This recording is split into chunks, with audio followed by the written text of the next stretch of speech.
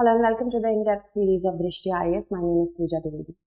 A Chinese spy balloon crossed over to the United States. What did the US do? US shot it down. Shot it down with the help of the most expensive aircraft ever. Now, what was the need of it? What is a spy balloon? Why is the Chinese spying on USA? We are going to discuss all that from the perspective of GS mains paper, second, first, and of course, third. It is important that we know these many aspects. Now, of course, what has happened, first of all, we are going to cover that. On February 4th, the United States carried out an elaborate operation to shoot down a Chinese balloon spotted in the skies last week.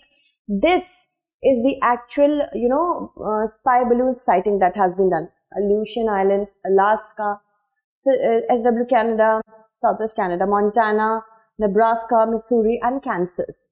Now, this shooting was done off the coast of South Carolina. China agreed that it was their balloon, but they are saying this is not a spy balloon. It was a weather balloon. And how was it shot down? It was an F-22 Raptor which fired the missile that brought the balloon down. What was the need of it? We will talk that as well. This is the possible route for Chinese spy balloon like this.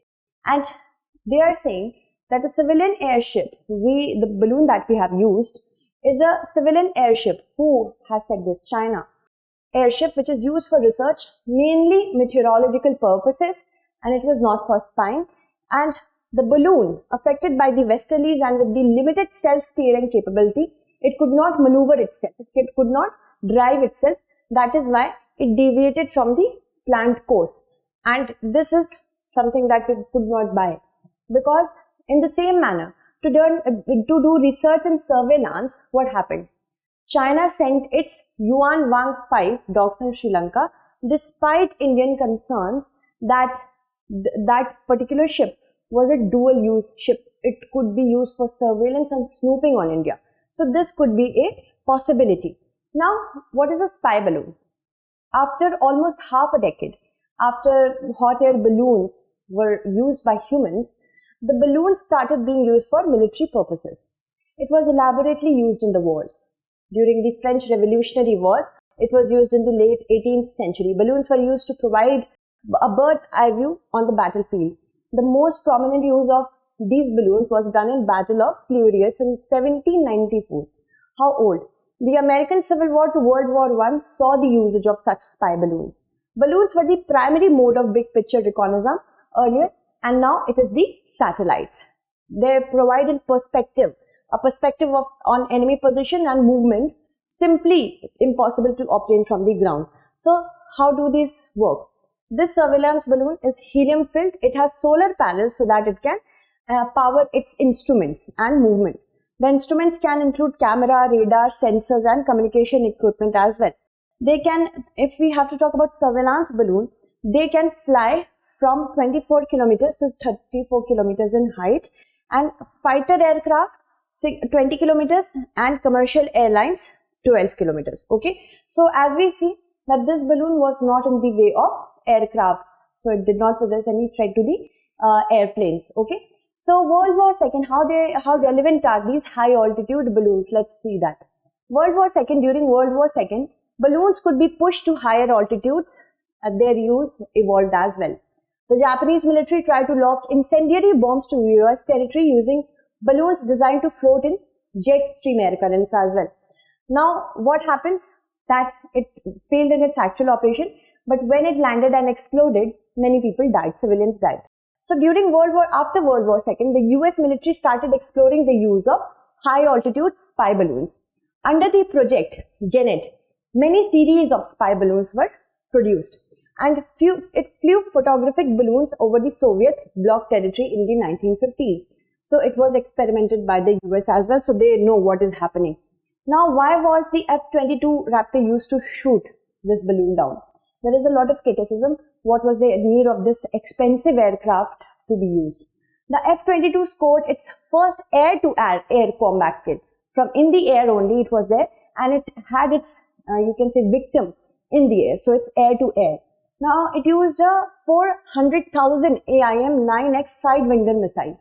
Alright, And many observers have questioned it because first of all, we have to understand that as compared to other aircrafts, the F-22 has the highest service ceiling, is the most capable of conducting a precision strike. So US wanted to send a message to China that we can take you down with precision. So that might be one of the reasons. The F-22 fired the sidewinder at the balloon from an altitude of 58,000 feet, and the balloon at that time was between 60,000 to 65,000. So no other aircraft could do that. That is one of the reasons. Okay, because most fighter jet operates at a lower altitude. If they have gone to the higher altitude, even if it's not sure that they will operationalize with precision. So US wanted to send a message that we want precision in our capabilities. The capabilities of F-22 other than this are, it's the 5th generation stealth tactical fighter aircraft. So stealth means it can, circumvent the radar of the enemy and it cannot be detected properly.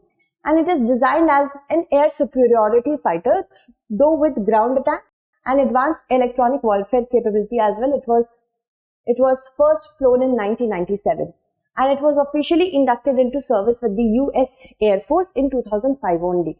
The aircraft has the ability to supercruise. That means it can sustain its supersonic flight without the use of afterburners. It has helped a lot in its stealth capabilities. It also have thrust vectoring capabilities. That means it can maneuver or drive itself with these thrust vectoring capabilities.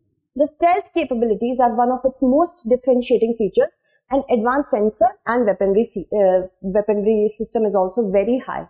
And the F-22 has a radar cross section of just 0.0001 square kilometer, which is about the size of a bumblebee. The lower the, you can say area, the lower are the chances of getting it out of the radar. It won't be detected.